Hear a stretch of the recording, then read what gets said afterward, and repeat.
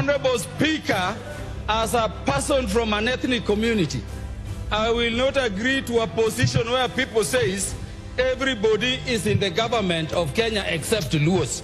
Yet Luos also pay taxes.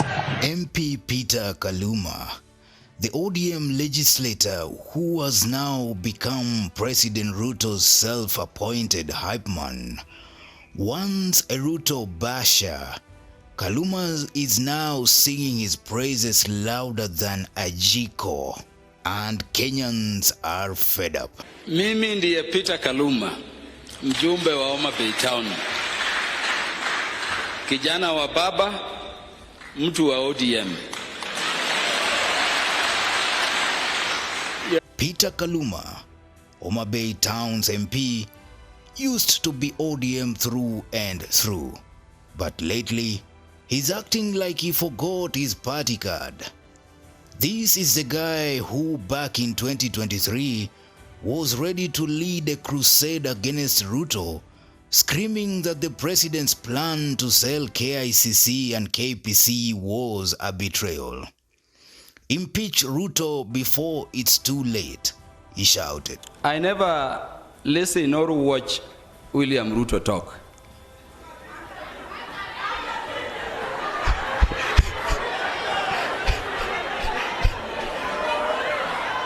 Hata nyinyi. Na sababu ni kwamba Mawadhe alikuwa ananiambia wiki mbili iliyopita kwamba Ruto akija kuambie Kaluma we unaitwa Peter Kaluma. Hata mimi sitakubali mimi ni Peter Kaluma because I'm not sure kama inatoka huko. But today while driving here, I decided to listen to him after our meeting of yesterday. Na nimesikia William Ruto akisema cost of living, gharama ya maisha imeenda chini kabisa. Imeenda chini au imeenda juu? Imeenda juu. When a person sits down and imagines you can sell Kenyatta International Conference Center, that national heritage, uko na tabu. When a person sits down and he can imagine you can sell Kenya Pipeline Corporation to himself or his friends, iko tabu. Sababu ya hiyo mimi nataka kuwaomba muangalie article 144 of the Constitution. And I'm just ending Senior Counsel Vice President Kalonzo Musyoka. We may be laughing thinking ile uongo ni normal, but siku moja yule jamaa atatoroka akimbie akiwa mad. So we must begin thinking about how we can remove William Ruto from the presidency of Kenya on account of mental incapacity. I don't think his lies are normal. Fast forward to April 2025, and Kaluma is now Ruto's biggest choir master, cheerleader. Even as Kenyans are crying over unfulfilled promises and heavy-handed crackdowns. Talk about a glow-up, or should we say a sellout? So let me stop you from ever reminding me that I'm in opposition which does not exist. We are eating our taxes, we are eating our government, and we are serving our country. So don't remind me again that we are in bed with whoever. We are all in this government. Kaluma's sycophancy is on full display. While Kenyans are out there protesting Ruto's failures, think broken promises on jobs, healthcare and education, plus tear gas for anyone who dares complain, Kaluma is busy playing loyal lapdog. He's an ODM MP causing up to a UDA president, post Raila Ruto handshake, and it's like watching a hyena join a lion pride. Your Excellency, nimekuwa nikitembea huku sana, hasa upande wa Nandi. So there is a day I said, tutaingia na tutakuja tuwasaidie kuheshimu rais, kumsaidia kuungana na yeye, kuunganisha taifa na watu wengi sana, hasa Mandago. Alisema utakuja kweli? Mandago, sasa niko wapi?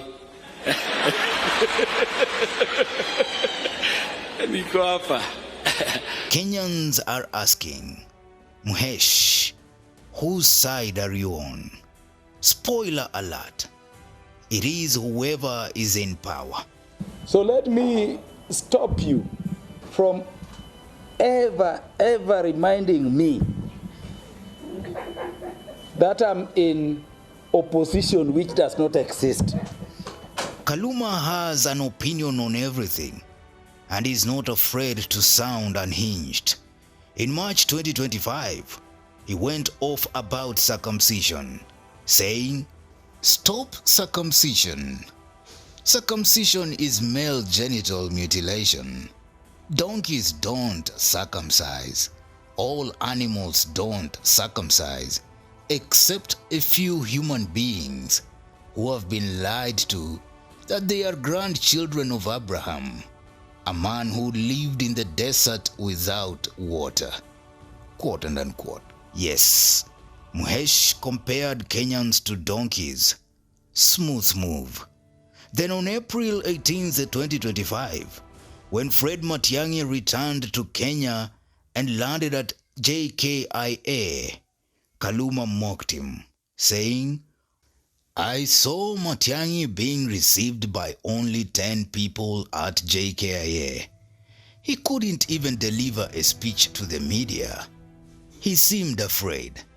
My advice to Matiang'i is to start with a gubernatorial seat and rise gradually as he learns the ropes of politics. We can even volunteer to mentor him. Let's be honest, 700,000 votes from the Gusii community alone won't take him far." Quote and unquote.